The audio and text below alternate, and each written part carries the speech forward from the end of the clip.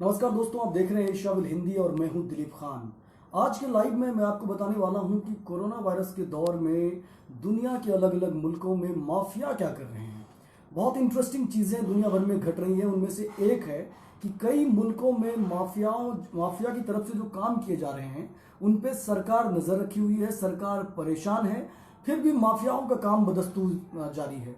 उनका काम जो परंपरागत पेशा है, जैसे ड्रग्स के धंधे में जो माफिया है वो तो काम कर ही रहे हैं, लेकिन कोरोना वायरस के दौर में नए तरह का काम भी माफियाओं ने शुरू कर दिया है। और ये काम है कई जगह पर लोगों की मदद करना, खाना पहुंचाना, लॉकडाउन लागू करवाना। तो मैं आज आपको 3 देशों के हवाले से 3 कहानियां सुनाऊंगा और बताने की कोशिश करूंगा कि क्या स्केल है, किस तरह माफियाओं का जो सिक्का है अभी पूरी दुनिया में चल रहा है, खास करके लैटिन अमेरिका में और यूरोप में, और उसमें भी खास करके ब्राजील, मैक्सिको और इटली की कहानी मैं आपको सुनाऊंगा। तो शुरू करते हैं हम मैक्सिको से।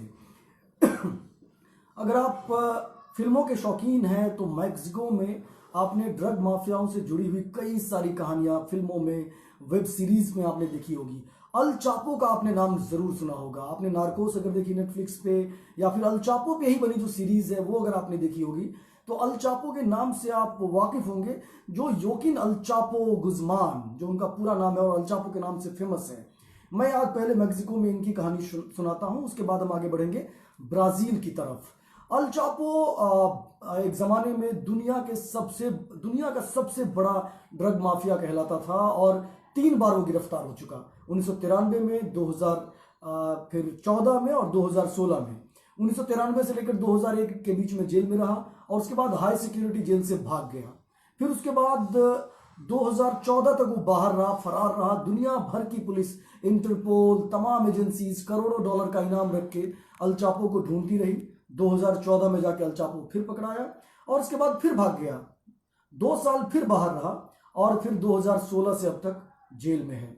तो मैं अल चापो की कहानी सुनाता हूं। अल चापो तो जेल में है, लेकिन अल चापो की जो बेटी है, बेटी का नाम है मैं आपको एलेजेंड्रिया गिसेल गुज़मान, जो कि अल चापो का ओरिजिनल नाम है।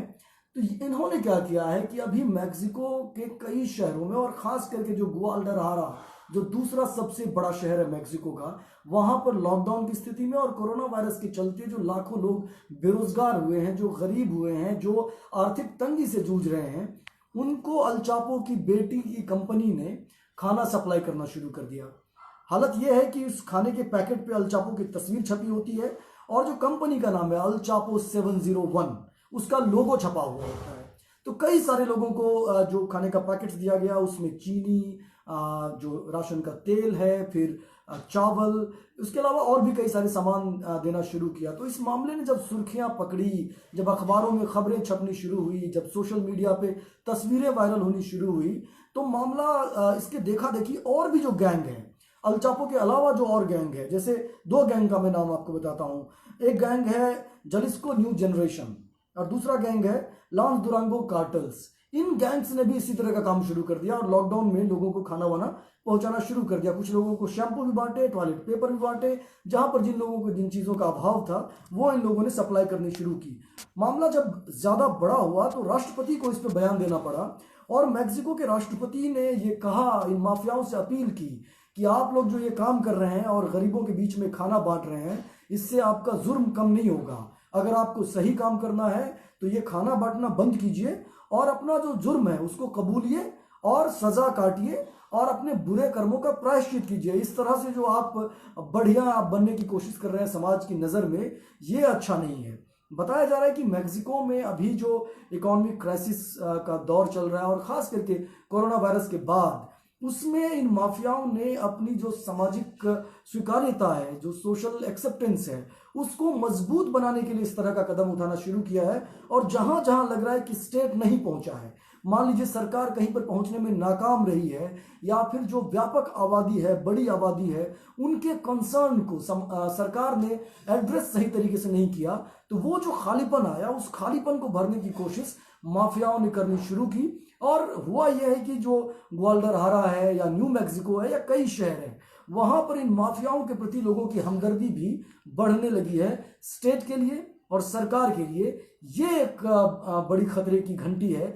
और जो राष्ट्रपति है उन्होंने जो इस पर बयान दिया है, एंड्रियास मैनुअल लोपेज अब्राडोर जो राष्ट्रपति है मैक्सिको के, उन्होंने कहा है कि हम कोरोना वायरस का दौर खत्म होने के बाद ये जो लग रहा है कि इन लोगों को ये बढ़िया जेस्चर के बाद समाज में ये स्वीकार्यता बना लेंगे, हम ऐसा नहीं होने देंगे, हम बड़ी कार्रवाई करेंगे। तो एक चैलेंज सरकार के सामने भी आया है कि वो सोशल एक्सपेंडिचर बढ़ाए, और बढ़ाया भी जा रहा है। सरकार पे ये दबाव जो स्टेट गवर्नमेंट्स हैं वो लगातार कह रही है कि आप ज्यादा पैसा दीजिए, और इसी तरह का मामला इटली में भी देखने को मिलेगा। लेकिन पहले हम थोड़ा सा लैटिन अमेरिका के दूसरे देश ब्राजील में चलते हैं। ब्राजील में भी जो माफियाओं का राज है उसकी कहानी आपने कई बार कई फिल्मों में जरूर देखी होगी, न्यूज़पेपर में पढ़ी होंगी, जेलों की कहानियां आपने सुनी होंगी। तो जब शुरुआती दौर में जो ब्राजील के राष्ट्रपति है जायर बोल्सोनारो, तो बोल्सोनारो ने जब वो बेसिकली एंटी लॉकडाउन पर्सन है, मैंने जब ब्राजील के बारे में एक लाइव किया था उसमें विस्तार से ब्राजील की पॉलिटिक्स बताई थी और बोल्सोनारो की भूमिका पर भी आपको ये कहानी सारी सुनाई थी। लेकिन शुरुआती दिनों में जब कई सारे शहरों में, चाहे वो रियो डी जेनेरो हो या बाकी शहर, उन शहरों में जब लॉकडाउन कराने का फैसले के खिलाफ जब सेंट्रल गवर्नमेंट ने अपना बयान देना शुरू किया, और राज्य सरकारों ने भी उस समय जब लॉकडाउन को लागू नहीं किया था, जो कि बाद में राज्य सरकारों ने अपनी तरफ से लॉकडाउन लागू करवाया, तो सबसे पहले जो लॉकडाउन के पक्ष में उतरने वाले लोग थे और अपने बूते जो लॉकडाउन करवाया वो थे वहां के माफिया। ब्राजील में माफिया के कई सारे संगठनों ने, जो बड़े बड़े स्लम्स है जहां पर लाखों की आबादी रहती है, उन इलाकों में सोशल मीडिया पे खुलेआम फेसबुक पे, व्हाट्सएप पे लोगों को मैसेज भेजना शुरू किया और यह कहा कि हम अपनी जान को खतरे में डालकर सड़कों पे उतरे हुए हैं, और जब हम सड़कों पे हैं तो आप सड़कों पे मत निकलिए, अपने परिवार की हिफाजत कीजिए और लॉकडाउन में रहिए, क्योंकि कोरोना वायरस खतरनाक है। और अगर 8 बजे रात के बाद समय सारणी भी बनाई और उसमें 2-3 समय का स्पेशली मेंशन किया कि 8 बजे के बाद सड़क पे कोई दिखना नहीं चाहिए। जो व्हाट्सएप मैसेज था उनमें से 2 मैसेज में पढ़ के सुनाऊंगा आपको कि अगर दिखा तो उसका बुरा अंजाम होगा। एक तो ये मैसेज था। दूसरा मैसेज था कि आप सुकून से रह सके इसलिए हम ये काम कर रहे हैं, आप सुरक्षित रह सके, स्वस्थ रह सके इसलिए हम ऐसा काम कर रहे हैं। अगर 10 बजे के बाद, एक और टाइम दिया, अगर 10 बजे के बाद आप लोग सड़कों पे पाए गए तो उसका और ज्यादा बुरा खामियाजा आपको भुगतना पड़ेगा। तो शुरुआती दिनों में ये सोशल मीडिया पे इस तरह के मैसेज भेजे गए, लेकिन बाद में कई सारे संगठनों ने, वहां का एक संगठन है जो अपने आप को रेड कमांड कहता है, रेड कमांड नाम का माफिया ऑर्गेनाइजेशन है, उसने लाउड स्पीकर के जरिए मोहल्ले मोहल्ले में इस तरह का प्रचार करवाया कि लॉकडाउन लागू है, कोई भी घर से नहीं निकलेगा, दिन में भी नहीं निकलेगा। तो ये पूरा जो मामला है, जो ब्राजील का मामला है, उसके बाद ब्राजील में भी सरकार को हस्तक्षेप करना पड़ा। ये कहना पड़ा कि जो माफिया संगठन है वो ये ना समझे कि वो पैरेलल स्टेट है, वो समानांतर सरकार है, और सरकार की जो भूमिका है उस भूमिका को जो माफिया है वो अपने कब्जे में ले लेगा और लोग माफियाओं को मंजूरी दे देंगे। लेकिन उससे ज्यादा दिलचस्प केस हो रहा है इटली में। इटली, आपको मालूम है कि जो सबसे ज्यादा प्रभावित, सबसे ज्यादा जो डेथ के केसेस हैं वो पिछले कई दिनों से अगर देखें तो वो यूरोप का सबसे प्रभावित देश है इटली। तो यूरोप में, इटली में मार्च महीने में सबसे शुरुआती दिनों में तेजी से मामला बढ़ा था इटली में। वहां से लॉकडाउन की स्थिति बनी हुई है इटली में। लगभग 6 करोड़ लोग लॉकडाउन में है, पूरा नेशन वाइड लॉकडाउन है इटली में। तो वहां फ्यूनरल, जो अंतिम संस्कार होता है जब लोगों की डेथ के बाद, तो उसमें सख्त पाबंदी लगाई गई कि फ्यूनरल में ज्यादा लोग शरीक नहीं होंगे, क्योंकि एक तो जितने लोग मर रहे थे उनमें ज्यादातर कोरोना वायरस के मरीज थे, तो संक्रमण फैलने का डर था। दूसरा, जो सोशल डिस्टेंसिंग की बात कही गई थी, तो आमतौर पर फ्यूनरल में जितने लोग इकट्ठा होते हैं उससे सोशल डिस्टेंसिंग टूटने का और कोरोना वायरस का प्रसार बढ़ने का खतरा भी बढ़ जाता है। तो जो मार्च के शुरुआती जो 2nd वीक 3rd वीक है जब इटली में लॉकडाउन लागू किया गया, उसके बाद से कोई भी फ्यूनरल प्रोसेशन नहीं हुआ, कोई भी अंतिम संस्कार ऐसा नहीं हुआ जिसमें कि 5 लोग 10 लोग आगे जाए हो। सरकार ने अपने बूते लोगों का या फ्यूनरल प्रोसेशन करवाया, प्रोसेशन भी नहीं था, एक तरह से फ्यूनरल करवाया। लेकिन अप्रैल में जो सिसिली का आसपास का सटा हुआ शहर है मेसिना, ये सदर्न जो इटली है, दक्षिणी जो इलाका है, वहां का एक शहर है मेसिना। वहां पर अभी एक जो किसी की डेथ हुई और उसके बाद जो प्रोसेशन निकला वो लोगों की नजर में खटक गया। उसके कई सारे फोटोज इटली में वायरल हुए। बाद में पता चला जिनकी डेथ हुई है वो एक वहां का ड्रग माफिया है जिनका सिक्का चलता है पूरे इलाके में। तो ये जो अंतिम संस्कार में लोग जुटे, उसके बाद कई सारे मीडिया ऑर्गेनाइजेशन ने इसको तलाशना शुरू किया कि इटली का जो दक्षिणी इलाका है, जो दक्षिणी इटली के कई सारे शहर हैं, वहां पर माना जाता है कि माफियाओं के सबसे बड़े अड्डों में से एक है। और वो कई सारे शहर है, चाहे वो मेसीना हो या और भी कुछ शहर हो।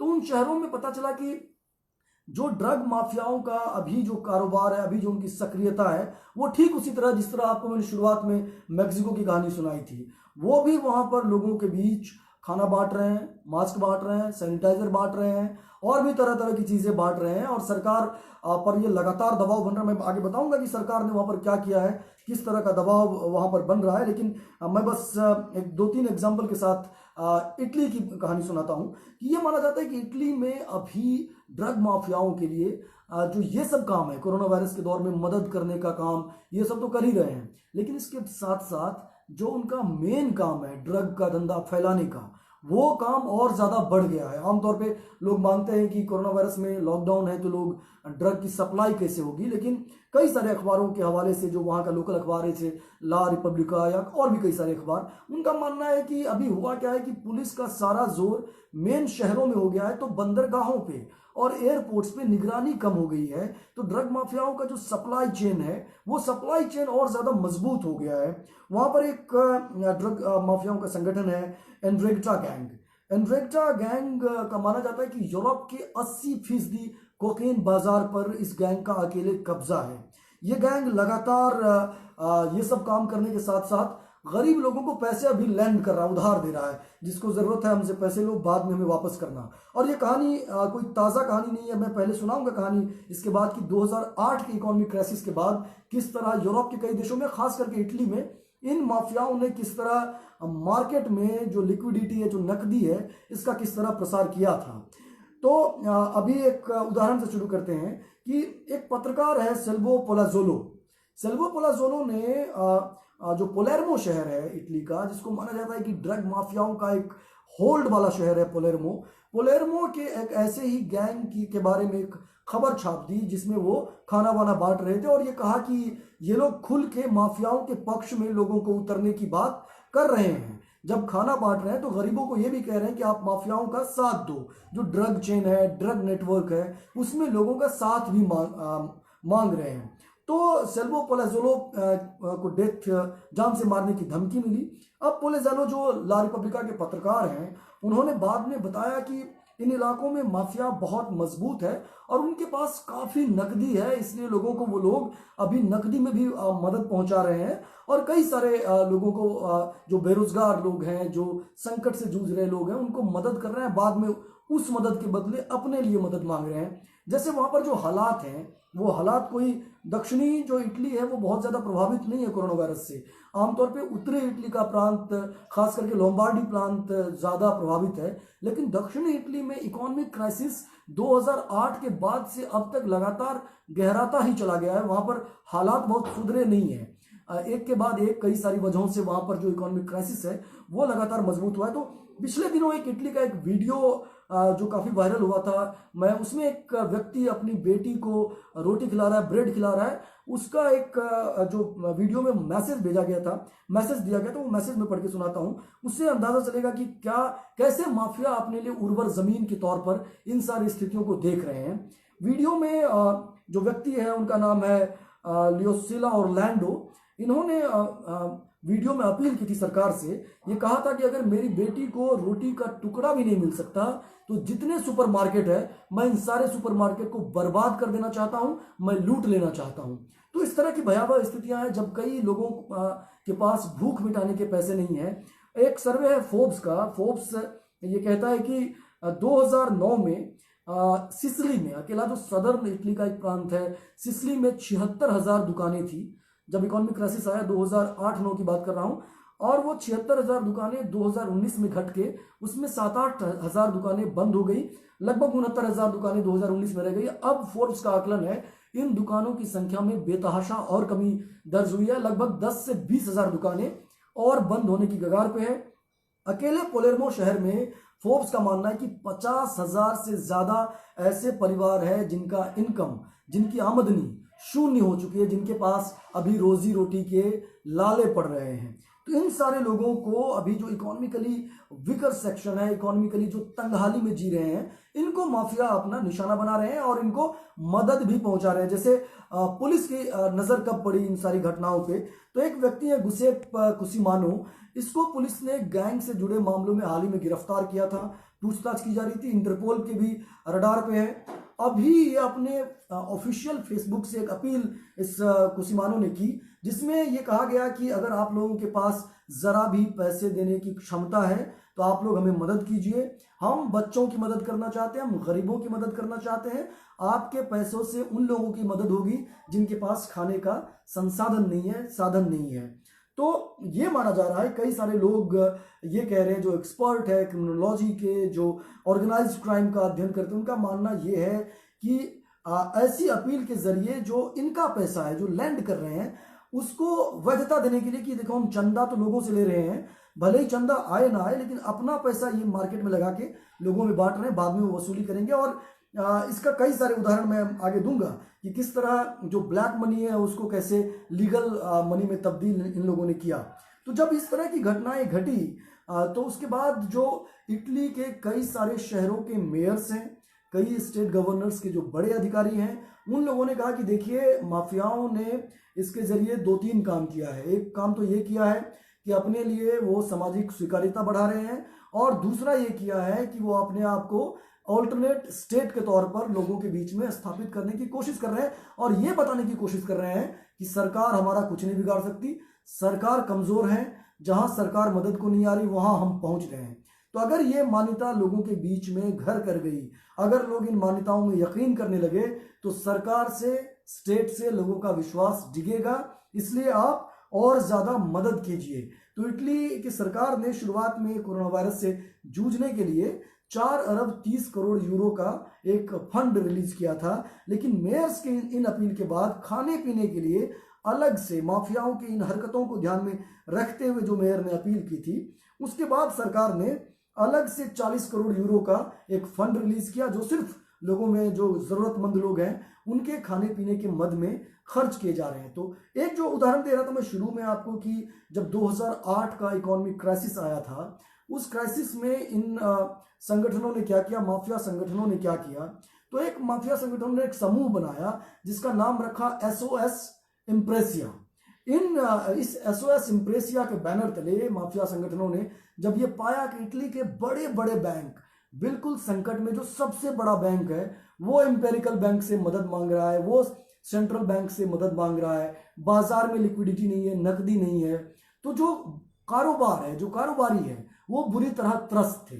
तो इन हालात का एक तरह से फायदा उठाते हुए माफियाओं ने क्या किया कि अपनी जो नकदी है, एक असेसमेंट मैं आपको सुनाता हूं कितनी नकदी 2012 में, जब 2009 से 2012 के बीच में भी हालात नहीं सुधरे, तो 2012 में अकेले माना जा रहा है कि ये SOS इम्प्रेसिया ने इटली के बाजार में 72 अरब डॉलर का नकदी मार्केट में फ्लोट किया और ऐसी कंपनियों को दिया जो डूबने की कगार पे थी, और इन कंपनियों को पैसे की मदद के बदले उन कंपनियों में शेयर खरीदे।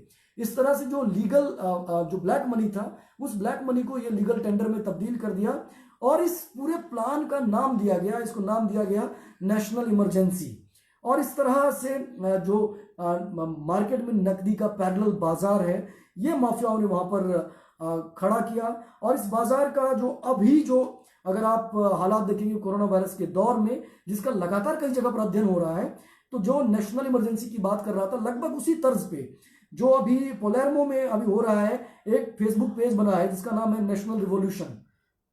अब देखिए किस तरह का एक सिमिलर वर्ड, सिमिलर टर्मिनोलॉजी सामने आ रही है, नेशनल इमरजेंसी, नेशनल रिवॉल्यूशन। 25 मार्च को फेसबुक पेज बना और अब तक इसके 26,000 मेंबर्स हैं। माना जा रहा है कि ये माफिया गैंग इसको संचालित कर रहा है, इस पेज को। एक संगठन है GITOC, ये global initiative network for counter